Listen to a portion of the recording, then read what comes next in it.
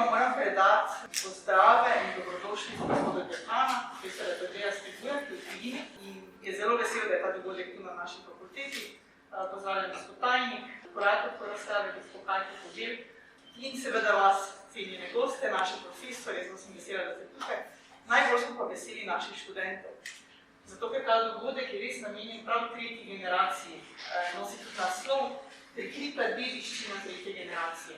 Namreč ta razstava, ki je gospod Jož Snoj otvoril pred mesecem dni tu na naši fakulteti, govori prav o tem, o travmi vojnih in drugih dogodkov in o tem, da se ta travma zapisuje v gene vse do te tretje generacije, ki je danes tudi tukaj prisotna. O tem bomo tudi razpravljali. Hvaležna sem gospodu Riharju, ki je prevzel vodenje te okrogle mize in seveda drugim gostom, gospodu Erzarju, gospodu Imeršiču in gospodu Juhantu, ki bodo nam kasneje tako z filozofskega, teološkega kot zgodovinskega vidika predali svoje razmišljanja o tej temi. Sedaj pa besedi res vabim gospoda Joža Snoja, da nam razkrije, zakaj se je sploh odločil za to razstavo. Lepo, da ste prišli, jaz ponovno nisem tako vljudna, nemam kakšnih vljudnih govorov, vljudnostnih fraz, ampak tokrat pa lepo, da ste prišli, ker vem, da je to ni prijetna tema, ampak je pomembna in potem mogoče boste kje odnesli, da boste lahko na nek način prenašalci, apostoli tega naprej. Danes sem slišal tudi na neke odvetnice Hrvaške, da tudi na Hrvaškem to težko govori. Kako sva se ukvarja z komunističnimi zločini kot odvetnik. Se pravi,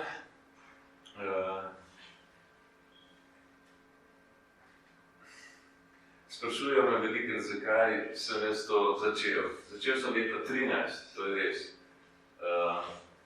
Na nek način sem se v tistem življenjskem obdobju poistovetil s temi trupli, kadavri, ki pa niso tudi na zadnje, ampak so osebe.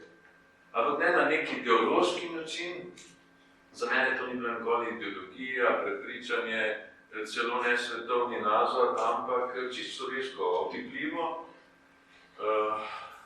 ker sem se tudi dotaknil teh kosti. Tole sem sam slikal v Hudi jami, dve slike sta na ta način, to sem sam slikal, to, ker imajo šus v glavo, globanje. In sem se tudi dotaknil. Umetnost ne bi bila umetnost, če ne bi bilo nekaj iracionalnega ali pa nadracionalnega.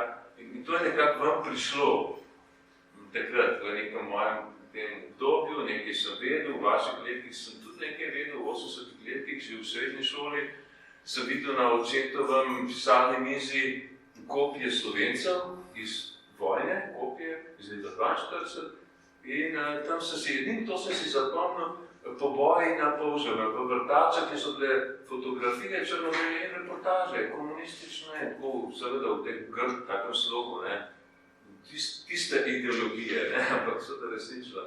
In zanimivo je to, da sem se čez to let tam naselil, prav blizu tistih vrtač, to je zanimivo, samo to sem si zapomnil. Sprav to je bilo nekako meni, ampak seveda mlad človek se še bolj ukvarja sam s sabo in manj z zgodovino naroda, posebno naroda ali pa posledicami takih težkih stvari. Zdaj, umetnost je, to je slikarski medij, pač ni fotografija, ni film, vsak ima svojo moč. Slikarstvo pa mislim, da bo obstalo tudi do konca, dokler bo človek.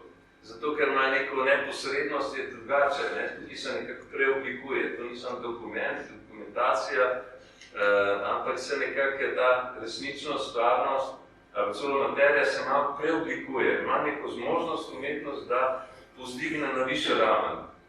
Se pravi, da je navzoča tudi transcendenca, na nek način. Mogoče se težko vidi tukaj, kakšno transcendenco, pa mu treba videti celoto slik, kjer je to mogoče bolj razvidno, ampak takole. In do tako sliko jaz sem delal 3 leta, začel pa 2 leti to, je pa že 11 let staro in so že odspod kakšne slike. Tako se to tako malo, tako se to dogaja. Ampak dokler bo človek, bo vzel kamen in bo nekaj zarezal v skalo, bo vzel ogle in bo začel. In to je vsak njegovi misli. Taki smo, tako smo stari. Torej, meni to prišlo, za konc povem, pa za začetek uvod v ta pogovor, da meni to prišlo ven. In jaz sem še lepo reflektiral, zakaj je to dobro, da bo mogoče to videl, da bo to nekateri ljudje to videli, da bojo pa zadnje mladi to videli, da je to refleksija, ki je pomembna za ustanovljenje naroda, opozorjenje posameznika, ker na koncu se vsak sreča, če se ukvarja z svojim lastno dušo, z ranami, pride na konec svoje družine, pride k narodu in smo tam, kar bomo sedele povedali, da je pomembno za mlade vrste, recimo, da sem jaz druga generacija, da sem imel dede v drugi svetovni vojni, vi ste pa tretja, ki ste ne pradede, ampak smo približno na istem in nosimo ene posledice teh dejanj. Torej, mislim, da bo dovolj. Lep pozdrav tudi v mojem imenu. Mogoče bi nadaljevali tam, kjer je tudi Jošt bil pravzaprav, kjer je bilo tudi njegovo izhodišče, namreč osebno doživljanje tega dogajanja zgodovinskega, se pravi dogajanja v novejši slovenski zgodovini, ki je uneslo neko cezuro v slovensko zgodovino, nek prelom, Justin Stanovnik bi temu rekel izstop iz civilizacije. Po eni strani, po drugi strani pa v mnogo čem živimo, kot da bi tega ne bilo. In vedno znova poslušamo različne ljudi, ki razlagajo, jaz pa tega nisem vedel, potem sem pa nekaj, kot Jošt, kaj sem nekaj videl, nekaj prebral, neka osebna izkušnja, skratka. Zato bi izkoristili danes, ker imamo tukaj strokovnjake različnih znanstvenih panog, pa bi vseeno najprej osebno vprašal, kako je bila ta pot prepoznavanja. Vidimo tudi v politiki, kako nekateri politiki, mogoče najvidnejši politiki, kako zorijo v tem smislu. Nekateri, pač ti, ki si pustijo, da zorijo, da jim stvar pride do srca. In bi vas v tem smislu vprašal, da na nek reflektiran način pomislite na svojo življenjsko pot, kdaj vas je ta tema kdaj ste jo ozavestili in mogoče potem še kakšne, če so bile še kakšne stopnice, s katerimi ste ji prihajali vse bliže ali pa ona prihajala v vas, ta tema. Pa bi kar bilo to pravzaprav za vse navročno. Lahko. Mogoče za vas bo najbolj zanimivo to, da sem jaz to že v družini imel seveda dva strica, ki sta bila ubita v tem času in se to, moj oče o tem ni govoril, sem pa tja da kakšna informacija, zakaj tam na grobu imamo dve imeni napisani, pa zakaj ne vemo, kdo sta to, pa zakaj ne vemo točno, kaj se je z njima zgodilo. Tako da v tem smislu je ta tema domača že od otroštva. Se pravi, nekaj se je zgodilo po vojni, o tem se ne govori ali pa se ne razpravlja v javnosti, pa si lahko mislite v šoli, kako je bilo o tem govoriti. So ti hitro doma povedali, da to ni za v šolo. Ampak tako na eni čustveni ravni se mi pa zdi, to bomo po mojem vsi razumeli, je, da so, če imaš ti starše, ki jih imaš rad kot otrok, in če te starši imajo nekaj ljudi, ki so jih prizadeli, so jim naredili krivico, to so pa tudi ljudje, ki so tebi naredili krivico. Sovražniki, če tako grdo rečem, sovražniki mojih staršev so tudi moji sovražniki. Vsak otrok bo se dal svoje doživljanje, pa svoje čustvovanje, bo dal na razpolago temu, da bo starše zaščitil. Zdaj pa, če imaš občutek, da ta režim, ali pa režim pa ljudje tega režima, tvoje družine niso spoštovali, pa so jim naredili eno veliko krivico, potem je ta režim tudi tvoj sovražnik. V tem smislu, kar ste rekli, kako se to zdaj iz generacijo v generacijo sel, to je najbolj enostaven način. So še drugi, pač tudi te bolj fiziološki ali pa epigenetski, prav na telesni ravni, ampak na čustveni ravni to je zelo enostaven mehanizem.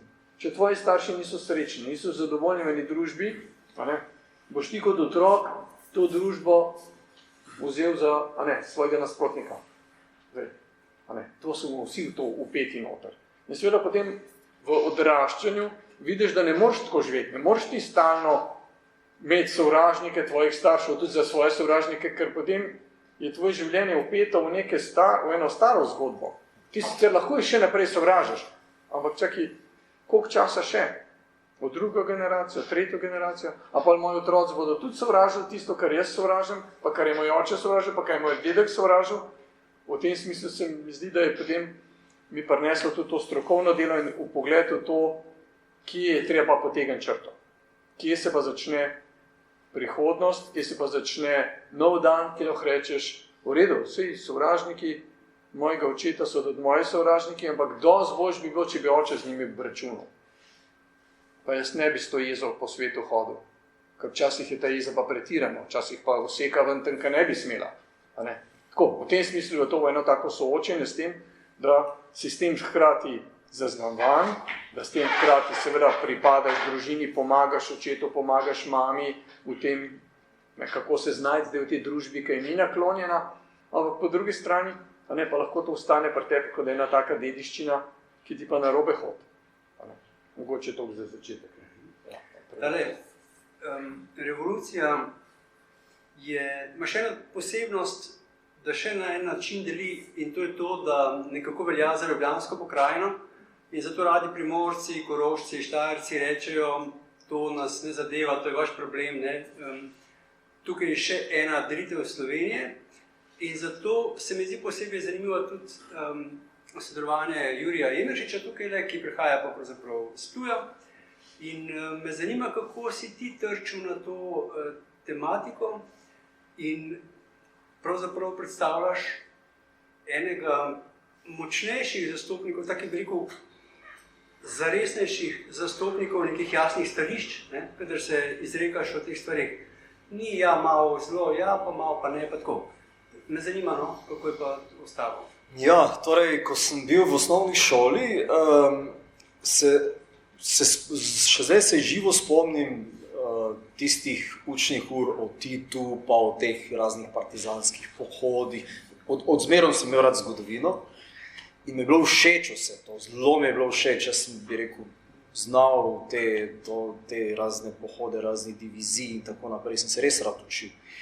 In potem smo enkrat delali en spis, ampak to je bilo, ker komunizem je prepredel vse predmete. Ne? In pri slovenščini smo pisali en prosti spis o enem kurirčku, zdaj ne vem, kaj bilo točno izhodišče. In jaz sem napisal en tak, še zdaj se živo spomnim, na 5 spis o tem, kako en kurirček tam nese neko pošto in potem pride okupator, pride neki nemški vojak in on tam stoji in ima v rokah granato in se bi žrtvoval in tako, jaz ne vem, tako napeto zgodbo o tem napisal.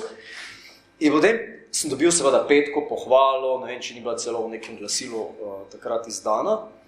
In prinesem to ponosen domov in to moj oče bere in reče, kakve neumnosti, pa mi da stran. In to si živo spomnim, da sem jaz bil šokiran, sem prvič doživel en tak razkorak med tem, kar sem slišal v šoli in nekaj, kar je oče očitno vedel. Ne? In sem imel malo, bi rekel, takrat se spomnim neke nelagodja, ne? Nisem vedel, kaj sem zdaj narobe naredil. Ne? Potem se pa spomnim, da je, dobro, v drugi polovici 80-ih je pri nas doma skozi so ležale te, bi rekel, in nove revije, in Mladine, in revija 2000, ne vem, kjer je vse so bile, in sem to jaz zelo rad bral in sem začel brati te stvari. In jaz se spomnim, mogoče pri mladem fantu, ko se malo že postaja, bi rekel, deček, ne, oziroma malo starejši, vem, da sem zelo rad te Titove ljubezenske zgodbe bral, pa to, ne, ampak neke miti so počasi padali, oziroma tu so pač v neke tabuje dregnili takrat, bi rekel, in novorevijaši, in Mladina in tako naprej, in so me te stvari zanimali, ne. Pa tudi obenem se je oče takrat začel vključevati v takrat nastajajoče slovenske krščanske demokrate in so potem prirejali razna srečanja in takrat se je to začelo konec 80-ih in sem jaz potem to poslušal, vlekel na ušesa in takrat so počasi, bi rekel, ta neki etablirane, neke ustaljene zgodovinske resnice, ki sem se jih v šoli učil, so počasi začele še se rušiti.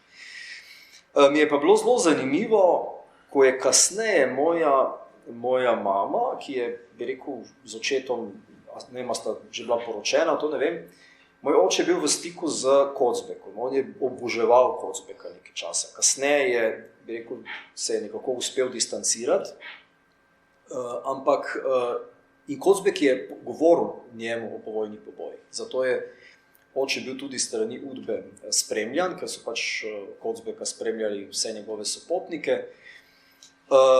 In ko je mami govoril o teh stvareh, mi je enkrat rekla, da ni verjela. Enostavno svojemu, bi rekel, možu, ali takrat mogoče fantku, ni verjela, ker to je bilo nekaj tako tujega, oziroma da enostavno ljudje niso mogli akceptirati resnice, ne?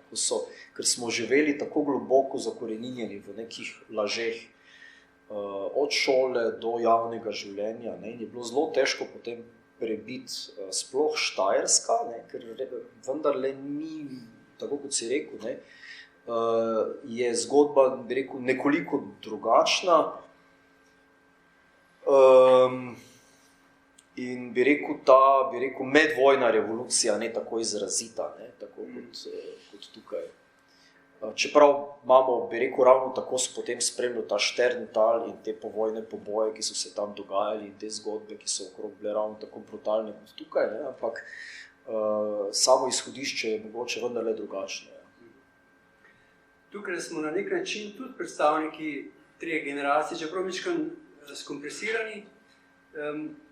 Pa me zanima, gospod Janez, kako je pa to bilo pri vas? Tukaj se ta osebna zgodba pripeljeta še z eno rečjo, še z eno tabu temo, ki je pa nemški vojaki, ki so bili Slovenci, ne? Se pravi mobiliziranci, kar tudi jaz, na primer, zelo dolgo, ne? Čeprav sem tudi lištko odraščal v taki družini, ampak o tem nisem slišal, kaj sem, mogoče 25 let, ne vem. Kako je bilo to? Hvala lepa, Lenart. Lepo pozdravljeni, sem vesel mladih obrazov, da smemo to mi starčki, jaz sem ravno včeraj 79 izpolnil, tako da sem, kot si rekel, že res blizu, sem tudi doživel zelo močno tiste povojne čase in seveda tudi zanimivo, bil v družini stalno s tem zavzet. Bi pa prej še dve stvari povedal, glede na to, kar je rekel gospod Snoj. Prva stvar, ukvarjam se tudi z Mahničem in Mahnič pravi, je zelo pomembno, da je umetnost zato, da poudari resnico. In mislim, da to, kar si rekel prej, glede tvojih slik, se mi zdi, je to izjemno pomembno. Pa še en drug stavek, recimo, ki ga je pa zapisal že omenjeni Justin Stanovnik, ki je rekel, kdaj bodo te naše stvari, to se pravi ta tragična zgodovina v filmu. No, in ko sem pisal o filmu Naša kri, sem seveda tudi to izpostavil ravno to njegovo besedo, to se pravi, umetnost prihaja do tega. Zdaj pa še k moji osebni zgodbi, tudi jaz seveda to pišem. Ko sem imel predlani 50-letnico duhovništva, sem napisal Domačija pod Svetim Antonom. Jaz sem doma izpod Štange pri Litiji, to je med Štango, Jančami, Litijo in Šmartnem pri Litiji. Še na nemški strani, tudi to je pomembno, blizu, kakšno uro hoda, je bila pa meja med vojno, torej med italijanskim in pa nemško zasedenem področju. In naši so seveda bili vsi pod nemško okupacijo. Pri sosedu so se zbirali, je ministric pravil in je njihov oče rekel, pravi, zdaj bo pa Hitler prišel, zdaj bo pa red pri nas v deželi, ker so bili navajeni prej, da v stari Jugoslaviji ni bilo reda.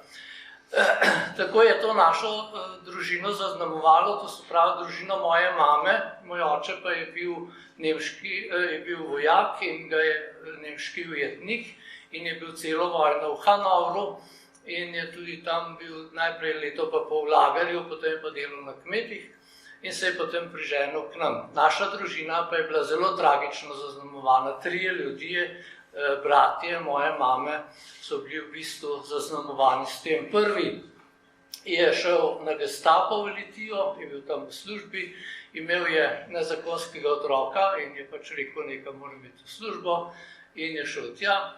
drugi je bil tudi nemški vojak, je bil pri Leningradu, je bil ranjen, je prišel domov, so ga zajeli partizani, je bil pri partizanih vojak, pa nedolgo, približno pol leta, in so ga 44. nekje blizu Žužemberka ustrelili sami partizani. 2 domačina je znano, eden se je hvalil celo z njegovimi škornji. Potem. To vse opisujem v tej knjigi. Tretji je bil pa najmlajši od teh bratov, je bil tudi nemški vojak in je bil ranjen v Romuniji leta 1944 in je zgubil desno roko najprej na zapestju, ker se je zagnojila, so mu jo potem takole odrezali in je prišel domov pač kot invalid. Seveda, ker je bil pa starejši brat, ki je šel potem z litijskimi domobranci na Koroško vrnen in so ga potem na Teharjih ubili, eden od naših sosedne vasi sosedov, je bil potem tudi moj drugi stric zaznamovan s tem in ko se je prišel domov javiti, so tudi njega zaprli v Litiji in je bil najprej teden dni v Litiji zaprt, potem je bil zaprt v Novem mestu, kjer so, tudi to opisujem, hodili, morali zjutraj iti na telovadbo, potem so pa ukazali, da morajo teči in nazadnje so streljali iz strojničnih, pač iz tistih stražarskih mest. In seveda, ker je bil moj stric brez roke, rekel, zdaj bom pa tudi jaz malo tam končal. Ampak potem je prišel drug komandant, pa je rekel, pravi, ti si pa invalid, in je poklical svoje stražarje, rekel, fantje, tega pokličite samo za jesti. Tako je tam preživel, bil potem še v Šentvidu, kjer je doživel tudi te vračanje in pa odpeljavo naših domobranskih vojakov v Kočevski Rog in tudi vse drugo. In vse to je nekako preživel in na pol živ prišel potem tam po avgustu, ko je bila amnestija domov. No in jaz, ki sem rojen leta 1947, sem potem tudi z njim, ki je bil invalid, pa ker ni mogel delati, ker je potem dobil še multiple sklerozo, rasel, in sem bil nekako zelo tesno upleten z vsemi temi zgodbami njegovih bratov, ki sta bila že oba pokojna, in tudi z njegovo nesrečo in njegovim trpljenjem.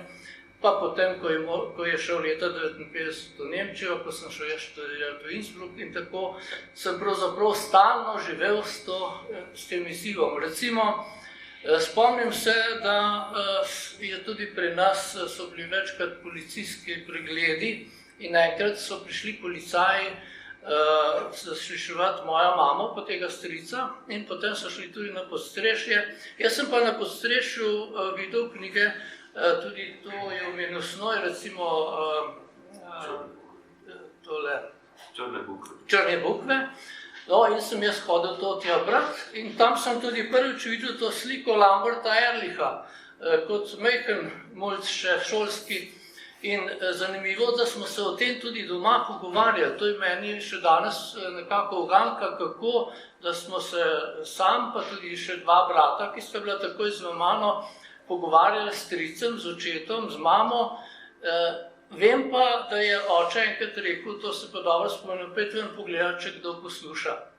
To recimo je bilo nekako, in tako sem jaz pravzaprav s tem rasel gor in sem tudi dejansko stalno zaznamovan s temi vprašanji in s tem trpljenjem teh mojih stricov, pa seveda potem tudi vseh ostalih ljudi. Toliko zaenkrat. Hvala. Mogoče sedaj iz te osebne perspektive pogledamo na vse slovenski prostor, ker imamo tukaj ugledne predstavnike 3 profesij, bi mogoče pogledali, kako pa Slovenija diha s to tematiko na teh 3 področjih. Recimo na psihologiji, mogoče tudi pogled na psihiatrijo, ki je tudi zanimiva reč, izrazito, bi rekel, obremenjena z to tematiko, zlasti v povojnem obdobju. No, mogoče najprej, kako je s slovensko psihologijo in to tematiko. Nekaj o tem, ko smo že rekli, zakaj eni ljudje se tako tega izogibajo, pa nočejo verjeti tudi, ko pol jim pokažeš knjige, pa pričevanja, pa film, pa ne vem kaj še vse, pa slike, pa ne. Nekaj tega je čist naravnega, samo da razumemo. Ni rečen, da človek zavestno to zanika, ampak preprosto, to so recimo doživljali tudi drugi taboriščniki, ki so prišli domov, so povedali, kaj se je dogajalo, pa jim domači niso verjeli. So rekli, to ni možno. In to vidimo pri vseh teh tragedijah oziroma žrtvah, ko hočejo povedati, kaj se jim je zgodilo, dostikrat naletijo na zanikanje. Ali je to pri policijskih organih, ali na sodiščih, ali pri psihologih, in pravi te žrtve, pa to je še enkrat hujše. To, da je bilo meni nekaj narejeno, v redu. Ampak da zdaj vam ne moram tega povedati, da mi vi tako presojate, a res je bilo, ne moram verjeti, ne? In da tam jih dvom pravi, pa to je kasovna rano. Ne mi tega delati, to vse žrtve rečejo, ne mi tega delati, a mi lahko verjamete. Jaz bi to zdaj malo razširil, pa bi rekel, nekaj, kar se, recimo vsem tem našim družinam, našim svojcem, ki so to doživljali, je bilo naloženo tudi to breme. Se pravi, zdaj to vašo resnico, to vaše doživljanje, trpljenje, bo naletelo na velik zanikanje. Če pa to še zmešano zdaj s političnimi interesi, potem pa sploh, ne. Tako da po tej plati bi rekel, da je bilo vendar v Sloveniji narejeno ogromno, da se je o tem pač prvič govorilo v smislu odkrivanja njih dejstev, ene resnice, da se je potem tudi o tem govorilo na en tak umetniški način, na en tak spoštljiv, sočuten način, da se poskuša razumeti bolečino teh ljudi, ne pa samo, bi rekel, to prizadevanje za pravičnost, ko včasih lahko potem, ker ne pride do konca, ker ne dobi zadoščenja, potem to prizadevanje za resnico pa pravico, postane ena taka, bi rekel, zagrenjenost. Ker to moramo priznati in to posod po svetu se je to ugotovilo in razisklalo, da vedno bo določen delež ljudi, ki bo to zanikal.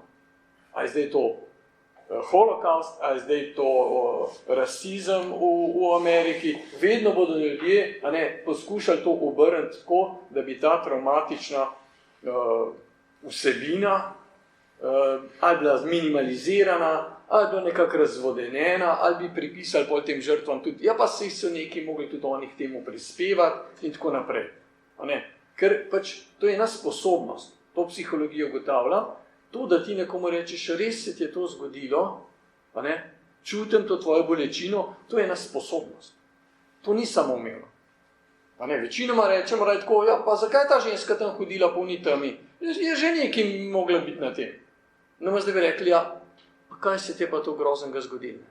Ker potem bi tudi nas to pretreslo. In se nekako tako branimo pred tem in s tem seveda žrtvi pa naredimo ogromno škodo.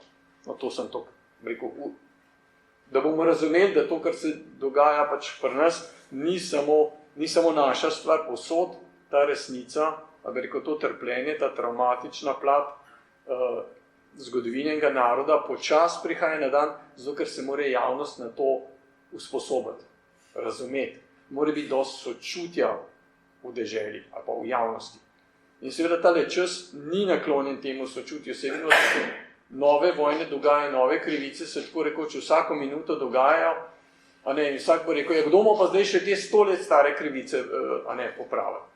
Ampak pravzaprav je to zelo povezano. Ker se v družbi enkrat sposobno razumeti tudi 100 let stare krivice, ker znamo malo ločiti, da je to bilo po nedolžnem, kako je zdaj to od nas zaznamvalo, kako bomo zdaj o tem govorili, pa se ne skregali. To nas usposobi tudi, da se bomo z vsemi naslednjimi krivicami zelo dobro spopadli. Če bomo pa te spustili skozi, nas bodo pa tudi naslednje razklale in spet se bomo kregali in spet se bomo lahko delili. Tako da mislim, da je to zelo eno pomembno področje, in da je v Sloveniji bilo veliko narejeno, se mi zdi prav na en tak dostojanstven način, da se nikoli ni šlo v neko maščevanje, neko hujskanje, ampak da se je poskušal to bolečino pokazati, tako kot je. Recimo, zgodovinopisju verjetno ni tako lepa slika, vsaj ne v glavninskem delu.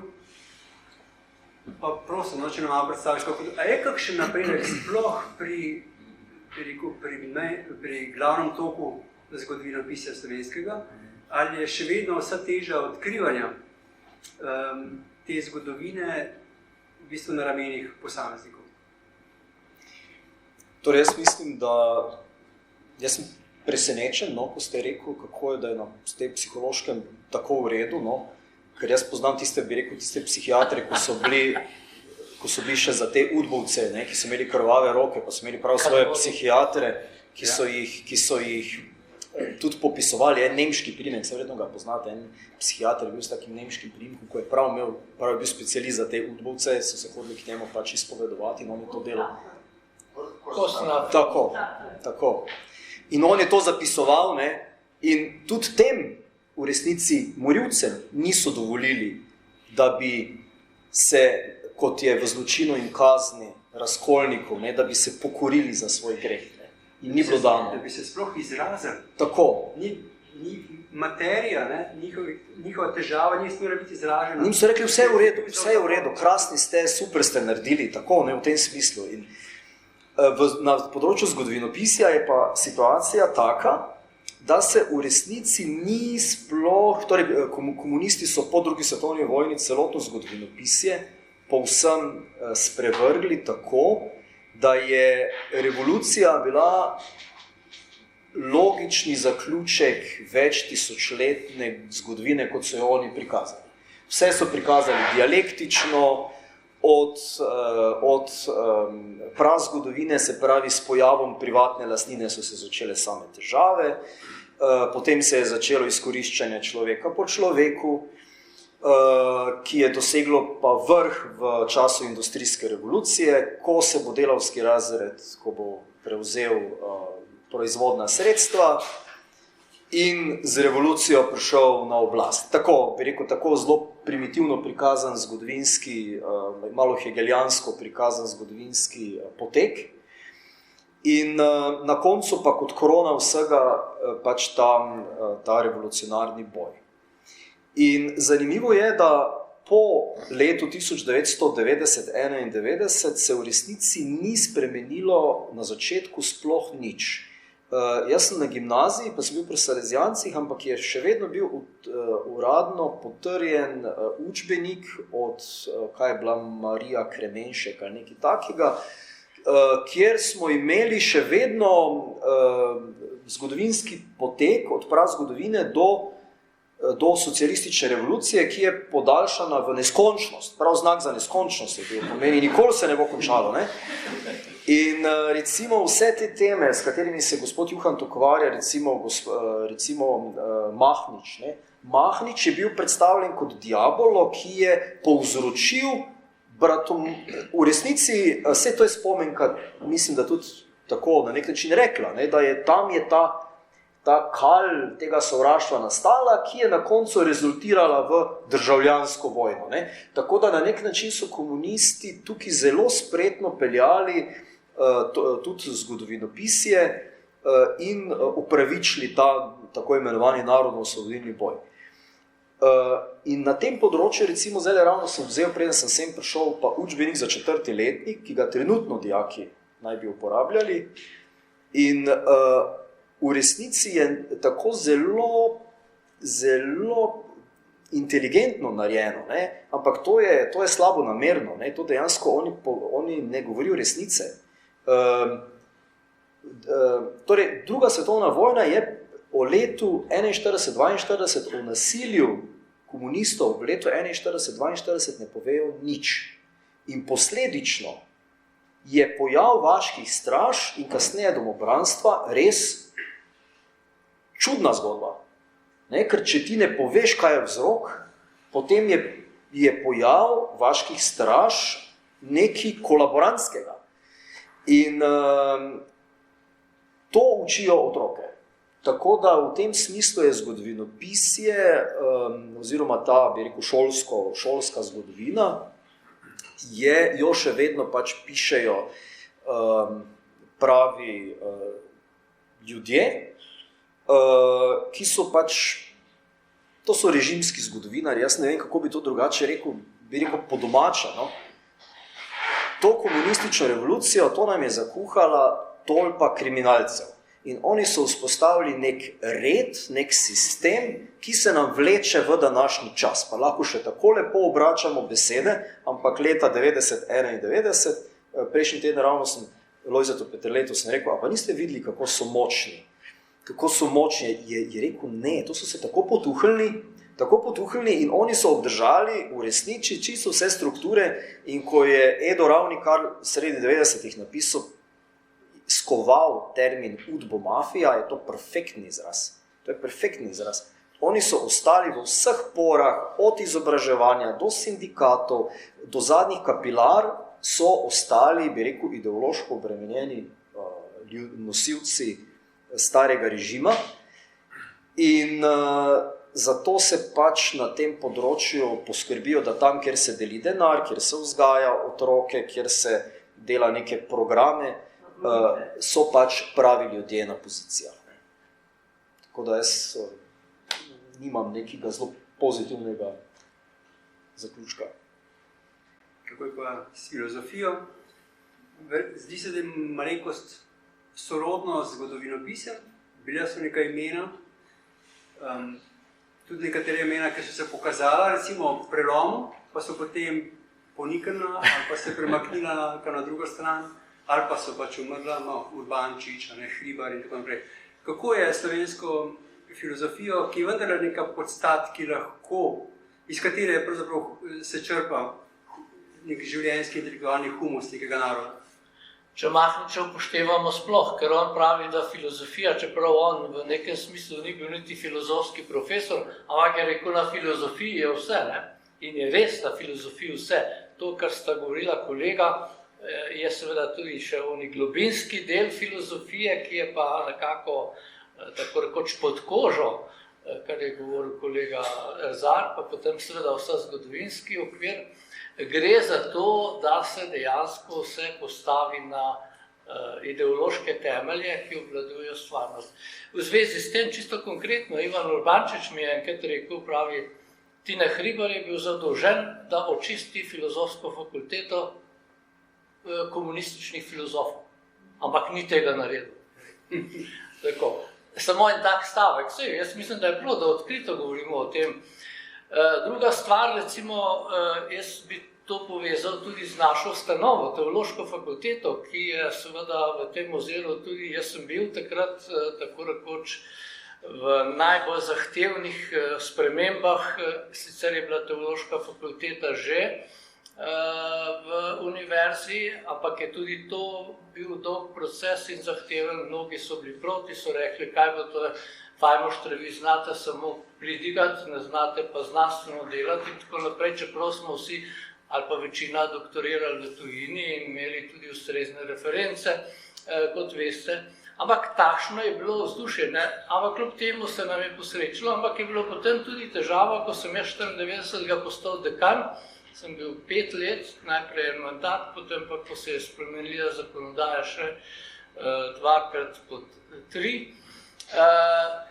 In takrat je bilo pravzaprav na univerzi, sicer so bile določene spremembe, ravno pokojni, sedaj umrli dr. Kralj, ki sem ga jaz predlagal z teološke fakultete za rektorja, je naredil recimo takrat, da se rehabilitira tiste profesore, ki so bili po vojni z univerze nekako obsojeni oziroma tudi izgnani, recimo profesor Zupančič, znani profesor matematik, pa številni drugi.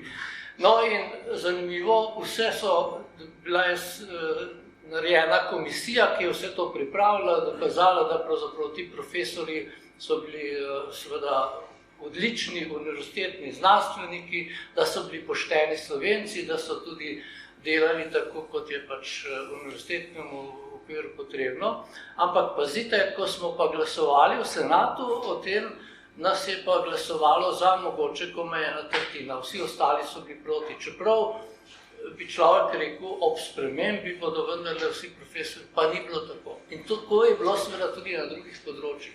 To je bilo recimo tudi, kar zadeva cerkev, recimo, jaz sem se zelo prizadeval, sem bil večkrat pri nadškofu Šuštarju, sem rekel, dajte v roku šole ker bo to vseeno, ne glede na probleme, ki jih imajo tudi drugod, kjer je v šolah, danes mogoče celo večje kot nekoč, ampak naš škof je rekel, duhovniki niso za to, mislim pa, da tudi je bila vendarle večina duhovnikov tudi za to, nekateri so bili tudi proti, ampak to se ni zgodilo.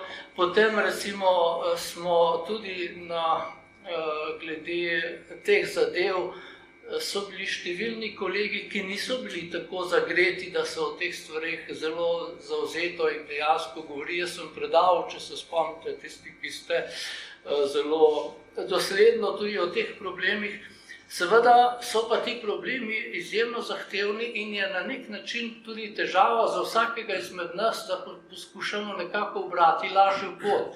In danes, recimo, še tudi ob teh volitvah sem se jaz spraševal, sem rekel, če bi seveda na vseh področjih vsak opravil svojo dolžnost, kot je rekel Ivan Urbančič za recimo Hribarja pa druge, bi seveda zadeve šle drugače. Ampak to je zahteven proces. Jaz vam lahko iz lastne izkušnje povem, da ni prijetno, da se človek stalno bori, da tudi piše o tem. Včasih si rečeš, pa zakaj, čemu itak gre to mimo nekako. Je zahteven proces, ki je mogoč samo tako, da se ljudi za to zavzamemo in vedno bolj seveda tudi prihajamo do tega, da ne bo tako, kot so takrat govorili komunisti, kot je rekel kolega, so rekli, revanšizma se ne gremo. Revanšizem je seveda na nek način nujno potreben. En ameriški filozof, zdaj se ne bom hitro spomnil imena, je rekel, zelo težko je nekrvavo ljudi spraviti z oblasti. Krvavo se seveda da, postreliš jih pa se zadeve spremenijo. Ampak nekrvavo je pa zelo zahtevno, torej ta proces je izjemno zahteven. In jaz si rečem, seveda je dolgotrajen, recimo tudi, ko je prej kolega omenil, recimo Hrvate, jaz, kot veste, se ukvarjam tudi z duhovniškimi procesi, rehabilitacijo duhovniških procesov in en duhovnik, naš Slovenci, je bil obsojen na Reki in smo poslali na hrvatsko tožilstvo in zanimivo smo dobili odgovor, da ni razlogov, da se ta sodba da na sodišče in da se pač anulira. Se pravi, povsod so te težave in sicer zaradi tega, ker to pomeni določeno spremembo mišljenja, pomeni seveda potem tudi strukturno spremembo, recimo o tem je, kot veste, tudi v tem volilnem času veliko govoril Janez Janša, ko je rekel, da je treba širši družbeni konsens. Se pravi, ne more samo ena stranka ali pa določen del ljudi, tudi ne posamezni ljudje, ampak čim več je potrebno doseči soglasje, da začnemo, in to se meni zdi tudi kot predsedniku Združenja v Lipi sprave, če hočemo mi spravo doseči, je potrebno uveljaviti demokratični proces. Tako pa vidite, da se nam še vedno dogaja, da določeni ljudje v naši družbi enostavno nismo želeni, nismo enakopravno priznani. Recimo, če volivci te ali one stranke enostavno v naši družbi, saj v nekem takem, kot je rekel prej kolega, v glavnem medijskem toku enostavno nismo priznani kot enakopravni. In to je problem, če hoče pa družba funkcionirati in če hoče ne samo osebne travme, ampak tudi nekako družbene pogoje za demokracijo, za sodelovanje, za potem tudi uspešno nekako delo, predvsem pa za mlade, nekako urediti stare zadeve, zato da te mladi na novo začeli in tudi bolje začeli, je seveda potrebno, da demokratični proces v polnosti steče in da se dejansko tudi odvija. In mislim, da je to bistvo. In jaz sem vesel, recimo, ko je bilo rečeno, da so mladi volili to smer, ki hoče te spremembe. In verjamem, da se bo to seveda dogajalo, ampak proces je zahteven. Mogoče samo to, ko si omenil to sestopanje z oblasti, to bi mogoče dal samo eno zgodovinsko pripombo. Zakaj je recimo pri nacistih toliko lažje bilo, oziroma v eni Nemčiji, ta denacifikacija, zakaj je to bolj enostavna? Ker pri nacizmu za njih je značilno, da so zločine izvajali sicer, bi rekel, tehnološko vrhunsko, ampak zelo majhen krog in zelo tajno. Medtem ko za komunizem je pa značilno, da upne v ta objavski in bi rekel v celoten aparat čim več ljudi, čim širše. Recimo, smrtne obsodbe so morali vsi podpisovati. Celo Kavčič je podpisoval smrtne obsodbe. Ne? In potem so bili kasneje številni vključeni v razne organizacije, ki so bile, bi rekel, ki so veliko več ljudi zajele, kot recimo v Nemčiji nacizem. Ne? In se je vsak, se ni nujno, da so pobijali. Eni so se malo okoristili, eni so šli v zbirni center, pa si eno perzijsko preprogo domov prinesli, eni so, se pravi, vsak se je v tem sistemu malo okoristil in zato je potem nekako nosil ljudje eno krivdo in so raje, da se mogoče ne bi govorilo o tem, ker lahko še pride kakšna neugodna zgodba iz naše lastne družine na dan. In se mi zdi, je to naša ker gre v družine, ne, vsaka družina skoraj ima, zdaj tu imam taščo, ne smem preveč izpostavljati, da ne bo neprijeten se slabo počutila, ampak tudi v moji družini, ne, se imam, ne vem, starega strica, po katerem se tam ena ulica na Ptuju imenuje, pa še nisem uspel ugotoviti, kaj je počel, da si je zaslužil ulico. In tako naprej. Skratka, ali pa ne vem, ugledna slovenska novinarka, gospa Tanja Starič, recimo, ne, njena dva strica imamo jih na seznamu za mučence. Ne. A veste, zgodba gre noter v družine, bi rekel, tukaj imamo, kot je nekoč rekel Jože Dežman, je rekel, to je vojna med bratranci. Ne. V tem smislu imamo zelo veliko družinsko obremenitev. Ja, jaz bi temu samo dodal lastno izkušnjo, da je to v družini. Recimo, moja svakinja je mene pač cenkala, kot se reče, zatoževala na policijo. Potem sem imel kolega, enega od najboljših kolegov, ki smo bili skupaj študirali, ki je bil prav tako celo na seznamu Lajovčevemu, in sem imel tudi župnika, ki je bil prav tako na Lajovčevem seznamu. In jaz vedno rečem, slovenska družba je bila pravzaprav v zelo veliki meri vpeta v ta sistem, ki so mu rekli sicer samoupravni socializem, ampak če pa vi hočete v samoupravnem socializmu komunistično nadzirati, pa rabite veliko več ovaduhov, pa veliko več mreže, zaradi tega, da potem sistem funkcionira, ker ta samoupravni socializem je prosto tako. Jaz to vem tudi iz konkretnih primerov, recimo v Fabriki so rekli, da bodo samoupravno odločili recimo nekaj, ampak ker je bila partija hotela drugače, so mogli še enkrat se sestati, pa so mogli samoupravno odločiti tako, kot je partija določila. To se pravi, šlo je samo za to, in zato je ta jugoslovanski sistem samoupravni imenujem laž na kvadrat. Če je komunizem bil laž, je bil jugoslovanski samoupravni sistem laž na kvadrat in seveda posledice so potem tudi na kvadrat in se ne smemo čuditi, če je pač zadeva v tem taka, kot je. Ne? Mogoče je čas, da pogledamo, kakšno je bilo soočenje z vso to dediščino po tem prelomu. Danes si že omenil teološko fakulteto, pa zdaj sedimo v teološki fakulteti, pa slušatelj teološke fakultete imamo med sabo. Pa me zanima kritičen pogled na to znanstveno ustanovo z tega vidika. Tudi jaz sem hodil, tukaj sem nekaj let, prav v teh času tvoje, ko si bil ti dekan, pa že nič naprej.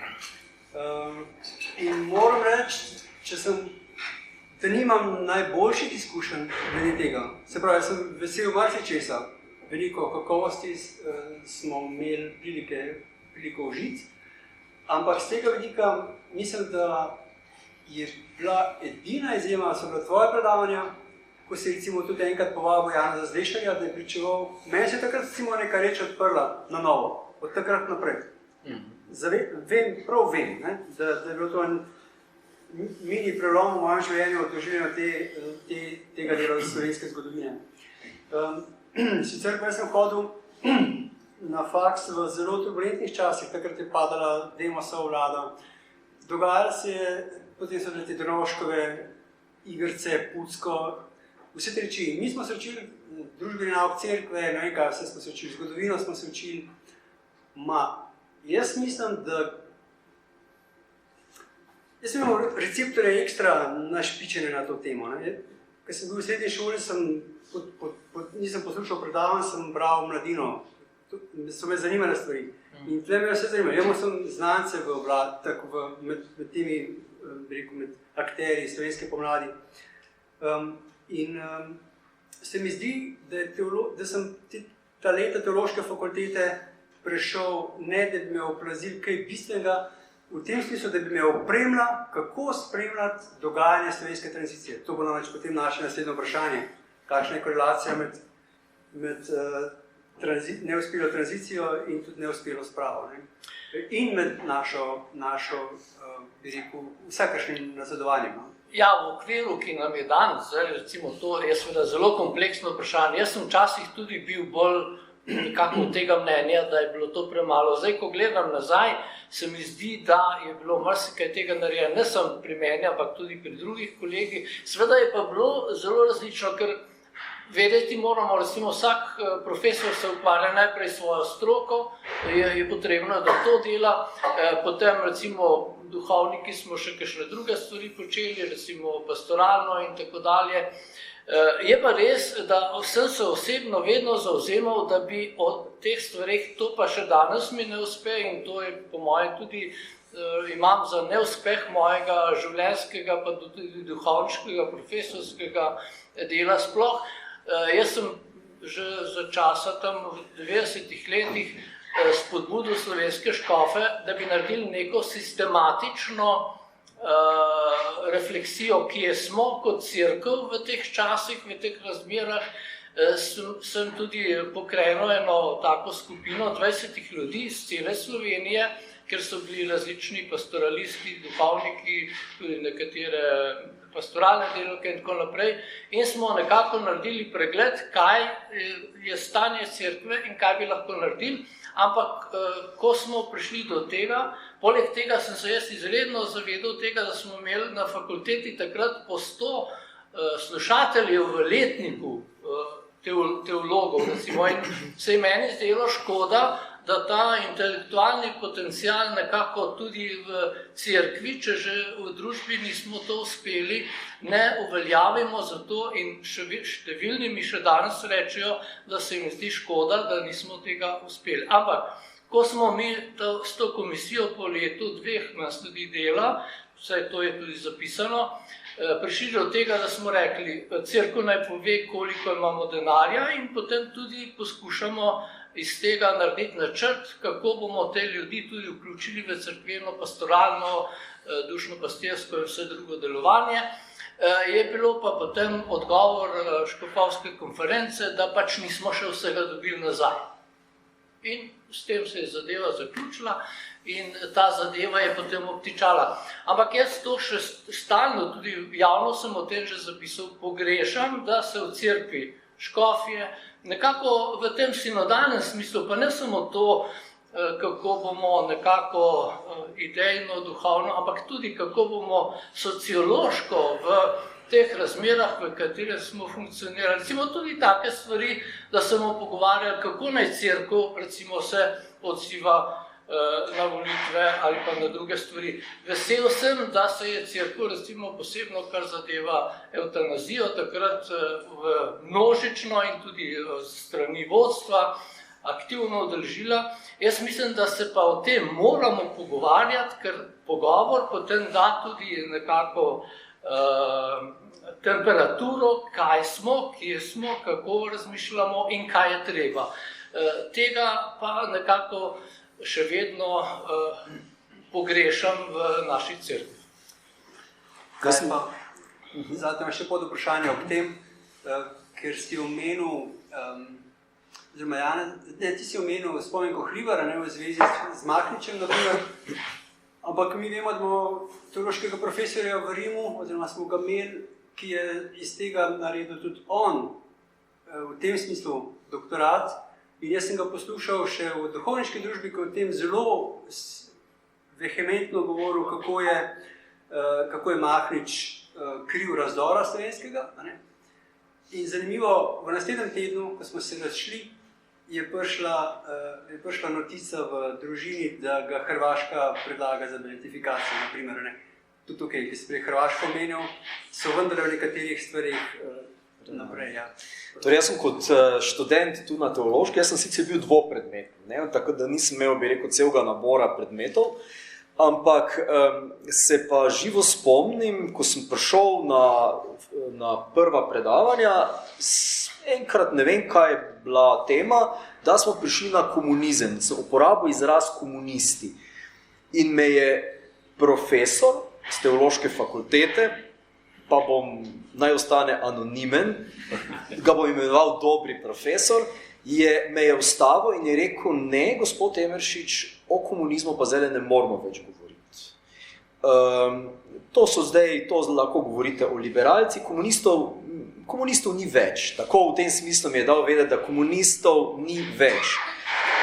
In je zanimivo, da je prav istega leta, ko se je to zgodilo, je izšla Firejeva knjiga Minule iluzije, kjer na koncu napiše ta, rekel, vrhunski avtor, na koncu napiše, komunizem je tako, kako ne reče, tako vehementen, ja, da se bo gotovo spet pojavil.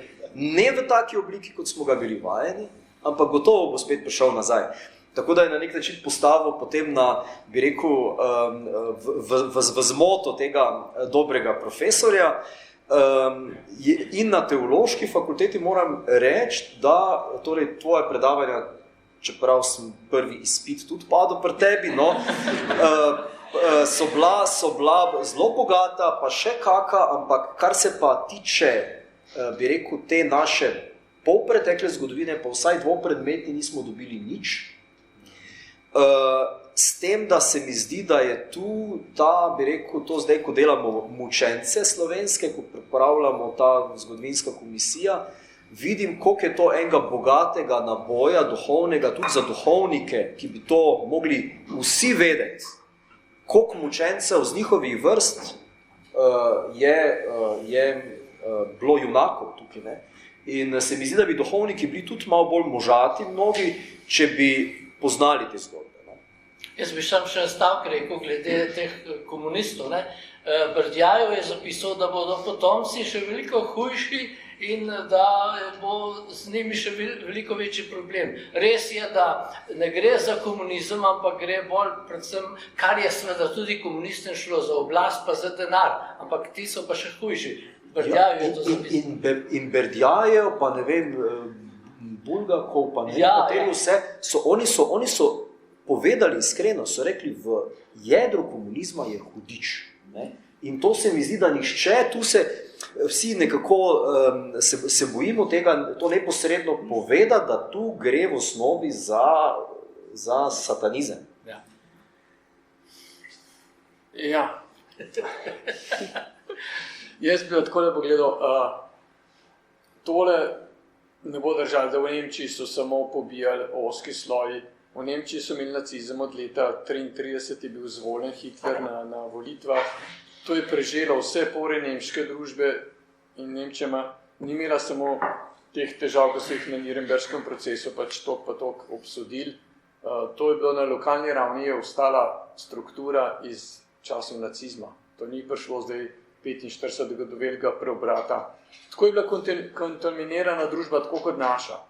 Jaz bi prej to tako gledal, da vsaka družba se mora, kako ste rekel, tega komunizma ali pa te skušnjave, da boš prišel na oblast z nasiljem, da boš to svojo jezo kanaliziral na enega drugega. Vsaka družba se mora tem in vsaka generacija se mora s to skušnjavo spopasti. In če gledamo tako malo širše, vidimo, da so ene družbe, ko so se tudi nacizma dobro rešile. Recimo, en tak zgled je gotov Danska, recimo, ki svojih Judov ni izročila Nemcem, pa so njihovi sosedje. Oni niso imeli nacizma. Ne, ampak so se uprli Nemčiji, pa so sosedje, Nemcem bi ne bilo težko Dansko zasesti. Ampak so imeli eno dostojanstvo, eno držo. Podobno so se upirali tudi Norvežani, da ne bi izročili svojih Judov. Medtem ko drugi narodi so pa malo počepnili. A ne? Mi jih tudi nismo hodili, pri nas sta se Škof Rožman pa Stepinac so se uprli. Ja. In to je, se mi zdi, v težkih časih pokazati en tak pogum, to je redkost. A ne? In to, jasno, da bo potem večina zaplavala z tistim, ki je močnejši, se pravi, če pride komunizem, bomo se prilagodili komunizmu, če pride nacizem, samo temu prilagodili, jasno, večina bo tako plavala. Ampak tisto, kar sem rekel, da se mi zdi, da je svetla točka, je to, so taki ljudje. Da bi jih mi znali v svoji zgodovini poiskati taki ljudi, ki so v težkih časih ohranili dostojanstvo. Pa ni važno, na kateri strani. In dostojanstvo ohraniti v tisto, kot ste rekel, recimo en storilc, ki je sposoben priznati. Mi ga še nimamo. Imamo storilce, smo rekli, tam na psihiatriji, ki jim dajo ena zdravila, nimamo pa storilca, ki bi rekel, pobil sem. In ga tudi ne bo imel, zdaj verjetno te generacije so šle. In to je ena ogromna zamujena priložnost, ki bi lahko naši preteklosti dala eno dostojanstvo. A lahko priznaš, da si to naredil? Ne morem. Ja, je veter pihal v smer, pa sem se tako obrnil, pa itak so bili krivi. Se pravi, kup enega izmikanja, enega zanikanja, ki smo prej rekli, in je to značilno za vse storilce in te, ki se čutijo nekako povezani s temi storilci ali pa s to idejo ali pa s tem gibanjem, da bodo to minimalizirali in da ne bo nobenega, ki bi rekel, naredili smo narobe. Ampak se mi zdi, da na strani žrtev je pa podobna skušnjava, da žrtve ostanejo skozi žrtve. Se pravi, da toliko časa se ne premaknejo z te drže, ko bi že lahko rekli, v redu, unih na uni strani ne bomo prepričali, mi bi pa vsem svojim otrokom omogočili eno življenje brez sovraštva. In tukaj tudi manjka, mogoče na tej strani, čeprav to se malo bogokletno slišali, ampak ravno tako se manjka eno žrtvu, ki bi rekla, jaz sem bil pa tudi storilc. Če bi recimo moji pokojni strici, da bi rekli, veš, sej pol 45 so nas ubili, če bi se lahko zdaj vrnili, veš, ampak 44 smo pa tudi mi kakšnega ustrelili. Pa tudi to ni bilo prav in nam je žal. To bilo tudi nekaj. No, samo to je hipotetično. To ni... To ni realno, ne? Če so bili pobiti. Ja, mogoče pa še kakšen živ. Zdaj pa že od tistih komi. Ampak ta priložnost je tudi zamujena. Verjetno bomo šli v naslednjo generacijo brez te izkušnje, da bi ali na strani storilcev nekdo rekel, res sem to naredil, ali na strani žrtev, teh uradnih žrtev, nekdo rekel, ja, ampak tudi mi smo naredili. Ne, čakajte, jaz to moram kot zgodovinar oporekati, to pa ne bo držalo. A veste, če bi kdo teoretično, hipotetično bil tak, kot ste vi to opisali, bi ga absolutno sami pospravili. Finta je pa bila v tem, da oni so mnoge, torej komunisti so mnoge ljudi infiltrirali, se pravi, ogromno primerov imamo, ko so komunisti poslali ljudi delati v okupatorske organizacije in oni so pa delali lahko zločine, ampak oni so sočasno s komunisti sodelovali in so jih komunisti po vojni tudi nagradili.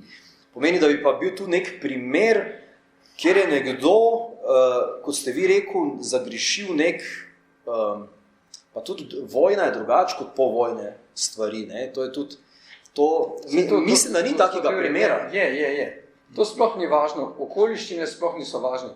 Bom en primer dal, ki ga večkrat povem, in recimo naš pisatelj Boris Pahor je bil v taborišču in je pisal na čudovito knjigo Nekropola, bila prevedena. Ja.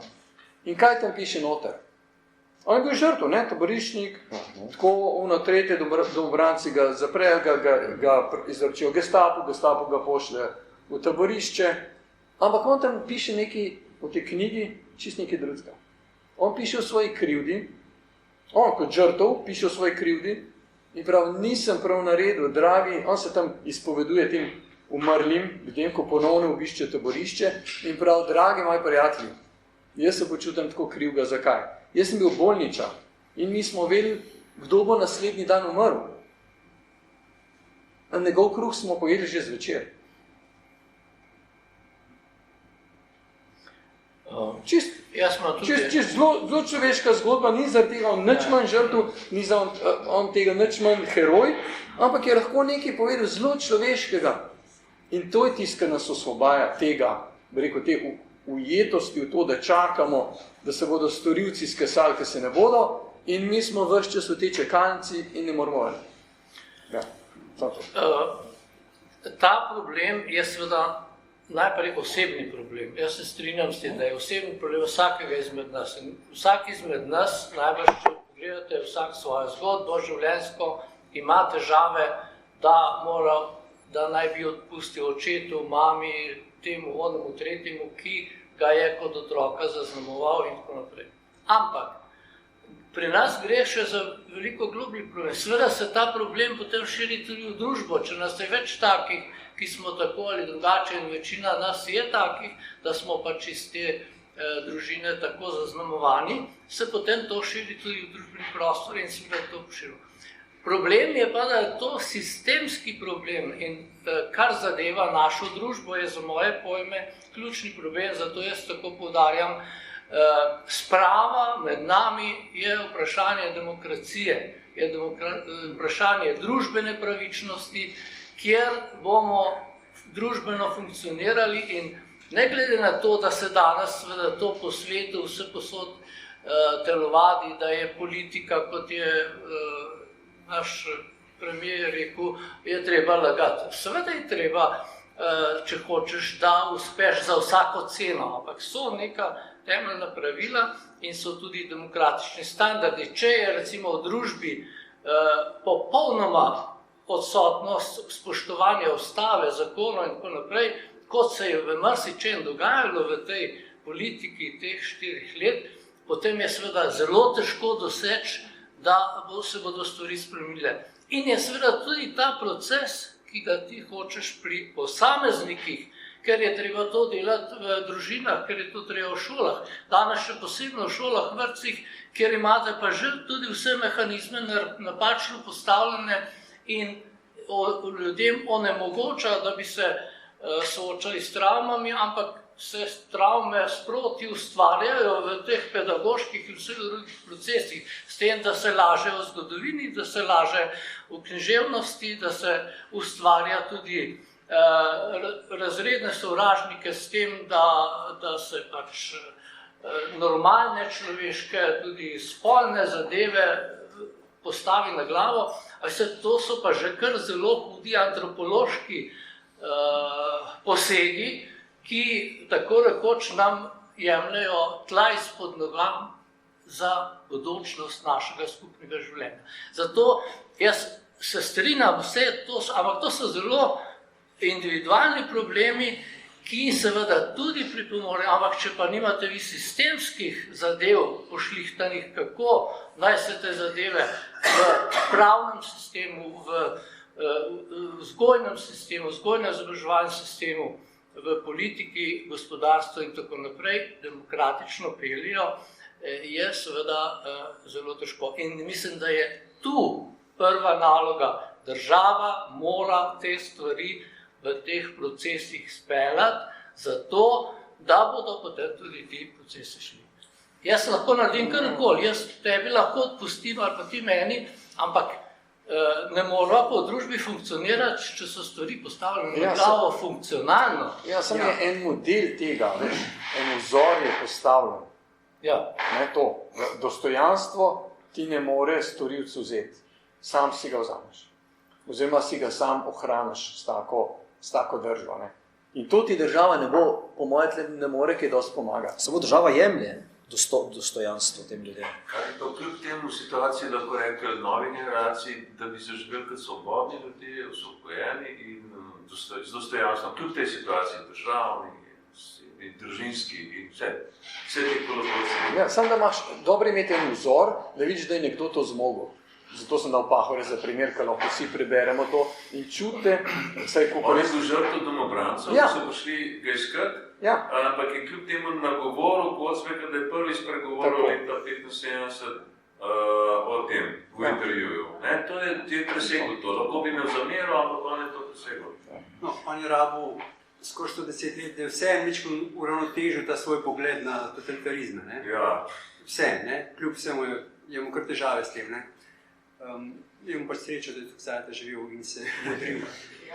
Pa še pri težave pri tej stvari tudi na zgodovinski ravni, zato ker gre tukaj v tem antagonizmu za dva principa. Ne. Recimo Jelenc, ne, ki je šel tudi v emigracijo kot socialdemokrat, predsednik socialdemokratske stranke, on je povedal, seveda so bili tudi na naši strani napake, ampak kar je bil pri nas nezaželjen in nekongruenten eksces, to je bil na drugi strani sistem. Sistemsko uničevanje sovražnika. Ne? In tukaj vedno, po mojem, je problem, če delamo tukaj enačaje, oziroma če tukaj vse zvodenimo. No?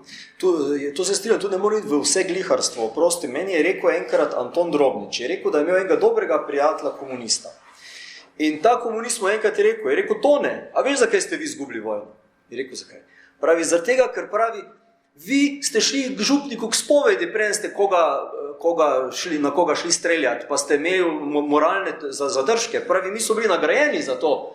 Pravi, več, ko smo jih pobili, boljše je bilo. Ne? In tukaj tu sta dve, bi rekel, tu sta se srečali dve popolnoma različni, na eni strani neka temačna mistika, na drugi strani pa ljudje, ki so pač se branili in so hoteli živeti in verjetno so v tem prizadevanju tudi, bi rekel, naredili nekaj, kar bi morda imelo tudi status vojnega zločina, ampak kljub temu jih ne moramo postavljati na isto raven.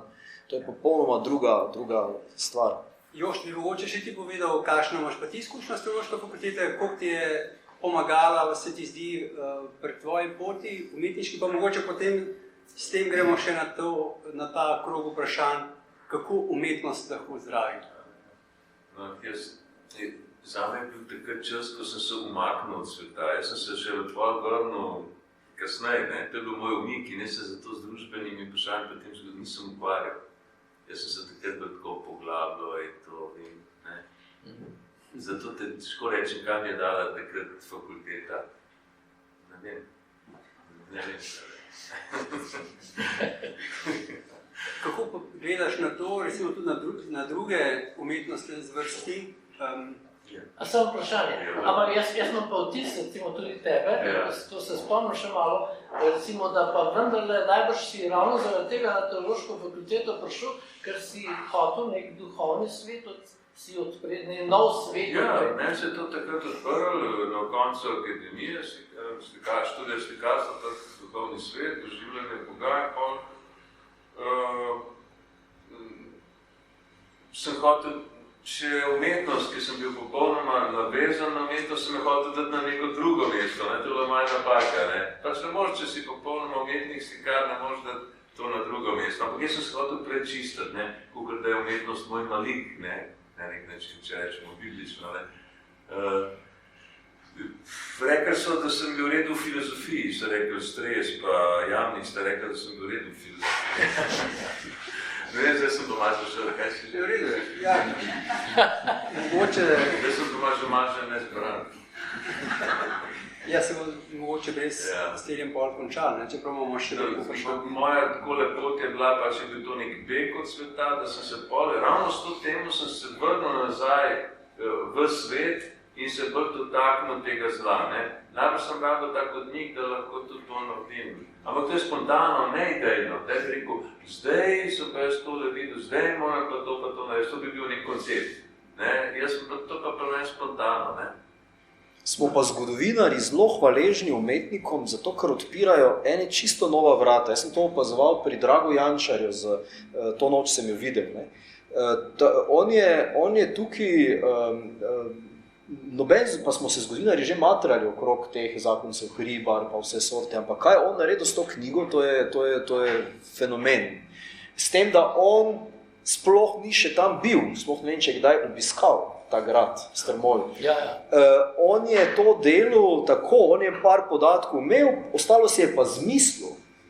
In je naredil tako stvar, da potem so ga ti udbovci klicali, pa so mu rekli, ja, res je bilo tako, pa eni so ga tako stvar popravili, pa tako, ne. On je tukaj dregnil v eno tako, bi rekel, tako neko zatrto travmo in je popolnoma nek nov svet odprl, ne.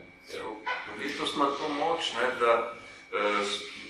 da načinaj doživiš, se pravi, ker smo ljudje, ker smo čutni, taktilni, se pravi, gre za doživetje, uživetje, lahko rečemo, empatijo, lahko rečemo, To ima umetnost, ima to moč. Da doživiš, da te na nek drug način prepriča, da se ti dotakneš tega. Ne? Ker so tle vse plasti od materije do nečesa duhovnega, kjer recimo, ko smo tudi duhovna biti, je tudi nekaj duhovnega skrito v to. Ne? In zato ima to svojo vlogo. Ne? In mislim, da ta umik umetnosti od zgodovine, da je to revščina današnjega časa. Se pravi, je lajpolatizem, umetnost za umetnost. Ne? Da resničen umetnik je tudi del zgodovine, del naroda in se enkrat pravi umetniki so se soočali z vsem zlom zgodovine. Jaz bi še nekaj dodal k temu, posebno kar si je omenil Pahorja, ne? Pa Kocbeka. Se mi zdi, da je to izjemno pomembno. Recimo, jaz sem se s Kocbekom kar veliko ukvarjal, Pahorja tudi nekoliko poznam. Ampak, glejte, Pahor je tudi v naši socialistični ali postsocialistični stvarnosti na indeksu bil in ostal in je še vedno. Ravno zaradi tega, ker živi to, kar si ti hotel, ker je on to s tem razčistil in seveda vsak izmed nas, ki je s tem razčistil, bo tudi v opreki sistemom in je njegova pot lahko samo na križ, tako kot se je z Jezusom dogajalo, ker nimaš druge variante, če si zvest resnici pri sebi, v družbenem smislu, ti to ostane. In to je recimo bil tudi za moje pojme Boris Pahor. Druga stvar, kar pa zadeva Kocbeka, recimo Kocbek, če berete njegove te zadeve, recimo kako je on označil Ehrlicha, recimo, ko so ga ustrelili, recimo bi mož živel, če ne bi se zapletel kamorkoli.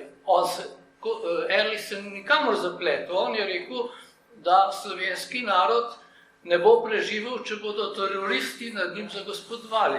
In seveda zato so ga ustrelili, slovenski narod ima pa pač to dediščino, ki jo ima.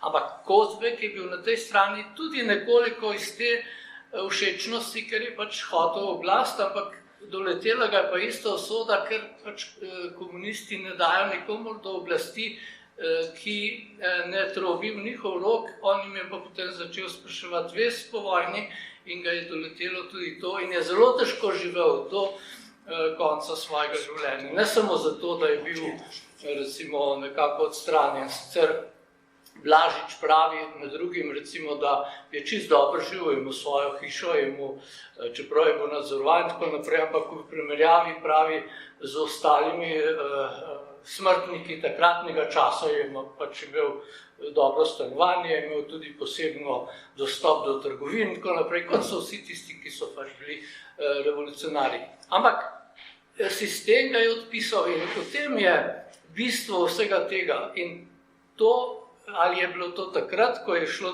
dejansko za življenje in smrt, kot sem jaz to zapisal tudi ob tem filmu, Naša kri, ko gre dejansko za take odločitve, ki so pravzaprav tako hude, da jih samo Bog lahko ima pod kontrolo. Ljudje pa zelo težko živijo, kot so Mršol ali pa ta drug zdravnik in vsi drugi, ki so takrat bili, tudi te dve sestri, recimo, ki sta se kljub temu odločili, da gre sta zranjci, čeprav bi lahko računali, da jih bojo tudi njih ustrelili, pa ta duhovnik Enko in drugi, recimo. Ampak, glejte, vedno je seveda danes, smo pa tudi v enakem položaju in jaz mislim, da je nepravično, če mi, recimo, naš sistem, kakršnega imamo še vedno, tako imenovani tranzicijski sistem, kjer vsi ti, ki so nekoč vladali in njihovi nasledniki držijo še vedno iste mehanizme, če mi enostavno pristajamo na to, pa ne glede na to, kako smo uspešni. Treba se je temu upreti. In zato tudi jaz rečem, dokler bom pač migal, bom naredil nekaj zoper to zatiranje, ki ni samo zaradi mene, ampak tudi zato, da bodo Slovenci, da bodo mladi, da bo prihodnji rodovi bolje živeli. In mi nič ne pomaga, recimo, če jaz temu ali onmu, jaz lahko vsem odpustim, samo ne moram pa odpustiti, da to kar naprej počno. ne bom se dovolil, da se to počne in to je demokracija. Demokracija je, jaz imam vsa sredstva, ki jih uporabljam, pravico uporabljati, ne smem pa seveda z enakimi vatli drugega po glavu dati, imam pa vsa sredstva, ki so legitimna, demokratična uporabiti za to, da se takemu načinu družbenega, državnega življenja uprem. In še nevarnost, ki je po mojem tu oprosti, je ta štokholmski sindrom pri nas. Ne? Se pravi, da se tako navadimo, da nas zatirajo, pa da nam neke laži servirajo, da na koncu pristanemo na to, ker je to lažje. Verjetno je lažje. Da se ukloniš sistemu in nekako se navadiš, rečeš, no, vse za nekaj je pa dobro, vse mogoče pa je res, tako da si nekako zracionaliziraš stanje in upravičiš situacijo. In to je patologija, verjetno, ne vem.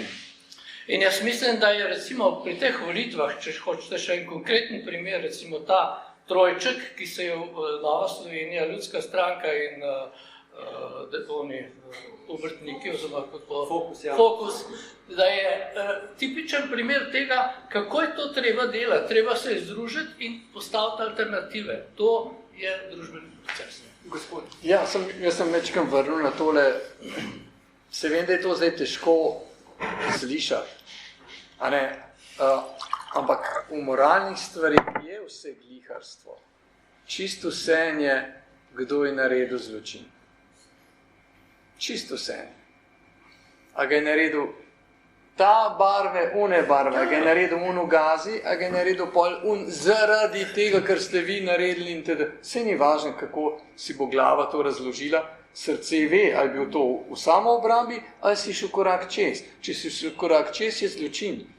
Vem, da zgodovina, jasno, bo rekla, teh zločinov je bilo tukaj toliko, tukaj jih je bilo več, tukaj je bilo tega. Seveda, samo v srcu vsak ve in to hočemo povedati naslednjim generacijam in vsej politiki, da v Sloveniji pač se moramo naučiti reči, zločin je zločin, zloraba je zloraba. Ali je naredi župan, ali je naredi ali je naredi v zaporu, ni važno. In tukaj bomo dobili dostojanstvo nazaj, drugače ga ne bomo. Se pravi, tudi takrat, kadar naši naredijo nekaj narobe, moramo imeti ta pogum, da rečemo, lejte, tudi tle je bil zločin narejen, pika. To ne pomeni izenačevanja, daleč od tega. Tukaj lahko dobimo tisto dostojanstvo nazaj, ki ga nobena zmaga na volitvah ga ne bo dala.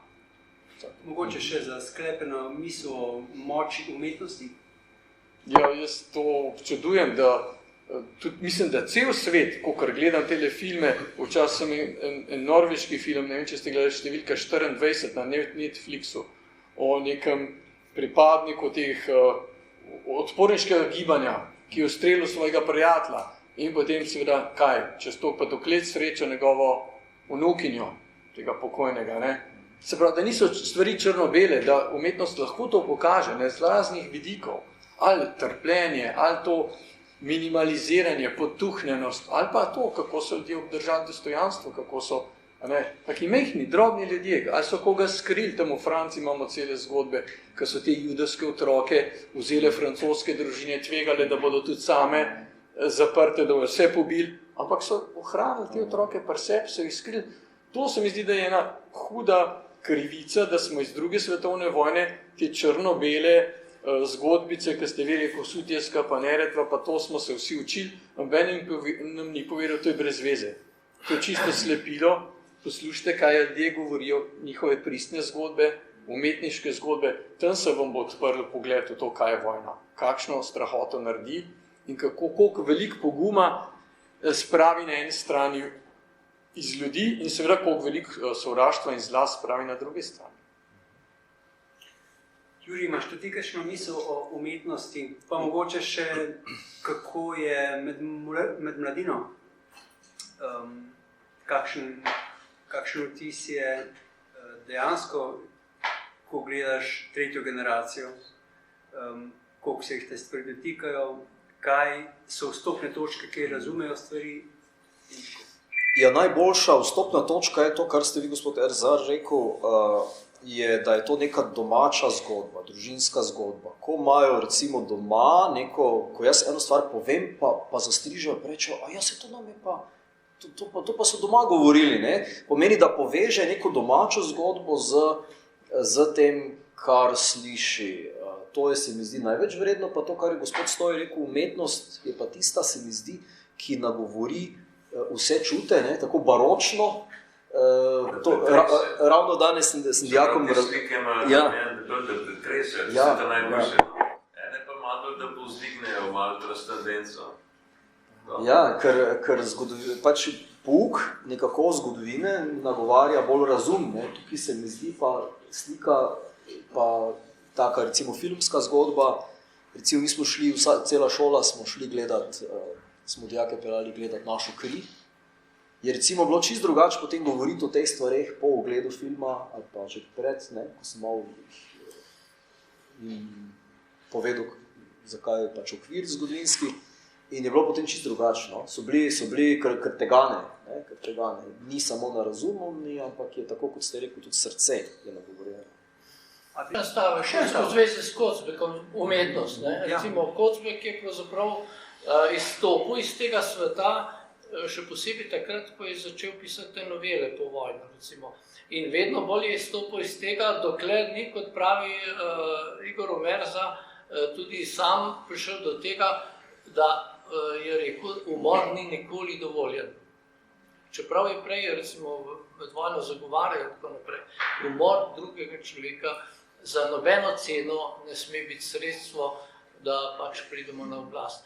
In mislim, da je tudi zelo velik prispevek naredil ravno Boris Pahor, ki je nekako ga prepričal, pa tudi z ostalimi, da je nekako leta 1974 napisal to o poboju domobrancev. To je na nek način pravzaprav tudi njega osvobodilo, ko si govoril recimo te travme, ki je seveda tudi njega zaznamovala in je seveda vse življenje zaradi tega tako. Cecilija, še tvoja beseda za slovo. Moja beseda za slovo najprej izražam, po eni strani sem pretresena nad vsebino in hvaležna, da menim, da smo si res tudi mi, ki smo mogoče slišali zgodbe doma, ki smo bili seznanjeni s to platjo zgodovine, vseeno odnesli veliko iz vaših zgodb. Po drugi strani sem pa hvaležna, da imamo na Pedagoški fakulteti tako pridne ljudi, ki lahko dajo veliko družbe. Sem res ponosna na naše alumne. Vedno bolj vidim, da je res dragoceno, da iščemo alumne vseh generacij, ki so študirali na Pedagoški fakulteti, ker imajo ogromno res dati Sloveniji, tako da ena velika hvaležnost s te strani. Tako da to je zdaj prva naloga, da se vam zahvalimo vsem sodelujočim, pa se zaslužijo vsega, kar je.